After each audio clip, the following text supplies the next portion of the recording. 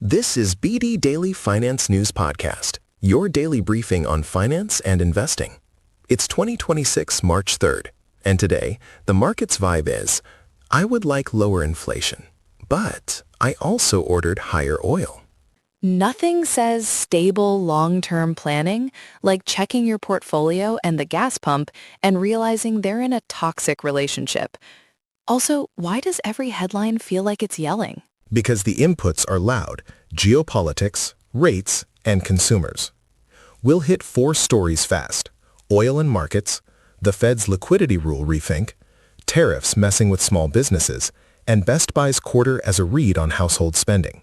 So it's like a balanced breakfast. Crude oil, bank rules, tariffs, and TVs on sale that still somehow cost my dignity. Let's go. Story 1. Oil is rallying as the Middle East conflict intensifies.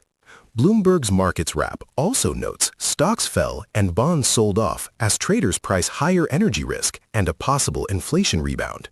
When both stocks and bonds get punched on the same day, that's when I start shopping for emotional support cash. Why is oil the villain that keeps getting sequels? Simple version: oil is the economy's shipping fee. When that fee jumps, companies' costs rise. Transport, plastics, fertilizers, then prices can creep into CPI.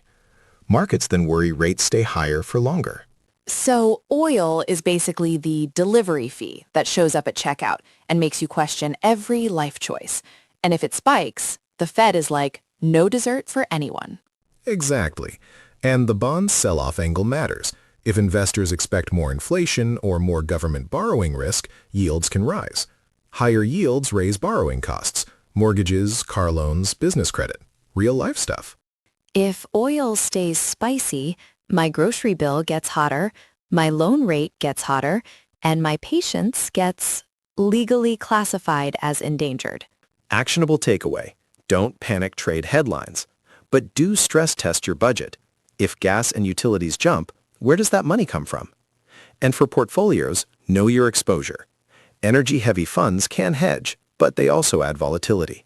So the plan is fewer doom scroll trades, more what if gas is awful for 3 months planning. I hate how responsible that sounds. Story 2. Fed Governor Michelle Bowman said the Fed should look at the effectiveness of liquidity rules, specifically how they affect lenders during volatility and where the framework has weaknesses.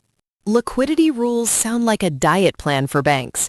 Like, no, you can't spend all your cash at once, even if it's on something fun like not collapsing. Pretty close. Liquidity rules are basically keep enough high-quality liquid assets, cash-like stuff, so if depositors pull money or markets freeze, the bank can meet obligations without fire-selling assets.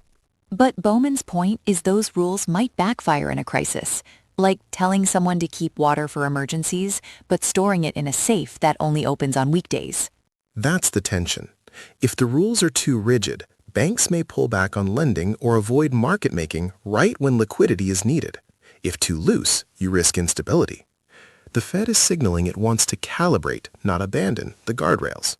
So for normal people, this shows up as, why did my small business line of credit get stingy? Or why is my bank suddenly acting like it's allergic to risk? Yes, actionable angle. If you rely on credit, HELOC, business revolver, even a big purchase, assume terms can tighten during volatility. Keep a cash buffer and diversify banking relationships if your livelihood depends on one lender. Diversify banks, like dating. Don't put your whole heart in one institution that might ghost you when rates move. Story 3. Tariffs are confounding small businesses again.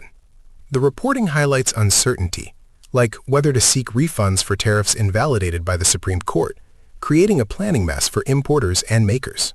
Nothing says entrepreneurship like playing a game called Will I Get My Money Back or Will I Get a Polite Email and a Migraine? Finance behind it. Tariffs are a tax on imports. Sometimes the importer pays up front, then tries to pass it on through higher prices. If the legal status changes, you get retroactive uncertainty. Inventory priced one way, refunds maybe later, margins squeezed now. So it's like you ordered ingredients for your bakery, and the checkout randomly adds a surprise fee. and then later says we might refund it, depending on vibes and paperwork. Why it matters. Small businesses don't have giant legal teams or hedging desks. Uncertainty forces them to hold more cash, order less inventory, or raise prices. That can ripple into local jobs and what you pay for everyday goods. Action item for listeners who run businesses. Build a policy chaos line in your budget. For everyone else, if your favorite niche chocolate bar gets expensive, blame the spreadsheet, not the cocoa bean. Story 4. Best Buy beat earnings expectations, but missed revenue. That combo often means cost control, pricing, and mix improved, while overall demand stayed softer than hoped. So they did the corporate version of, I didn't make more money, I just stopped buying iced coffee. Respect. Also terrifying. Exactly. The finance concept is operating leverage. When sales are flat, the easiest way to lift profits is to cut costs, optimize inventory, and push higher margin products or services like warranties and memberships. Ah, yes, the sacred ritual where you buy a cable and they offer a protection plan for the cable, and then a protection plan for your feelings when you see the total. Why it matters. Retailers are a window into consumer health. If revenue is sluggish, it can signal households are delaying big-ticket upgrades, TVs, laptops, especially when rates are high and essentials like energy feel uncertain. So the consumer mood is, my phone still works, my fridge is making a weird noise, and oil is doing parkour.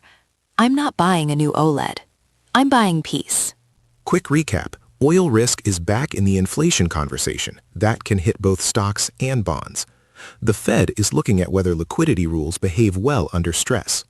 Tariff uncertainty is a real tax on planning for small businesses. And Best Buy's results point to consumers still being selective. And your actionable to-do list is know your exposures, keep a buffer, don't assume credit is always there, and if you're a business owner, maybe add tariff paperwork cardio to your weekly routine. If this helped, subscribe to Beyond Daily Finance Show on YouTube and share this episode. Comment what you're watching most right now, oil, rates, or consumer spending, and we'll build tomorrow's rundown around what you care about. And if you're feeling overwhelmed, remember, you don't need to predict everything. You just need a plan that survives the headlines. See you next time.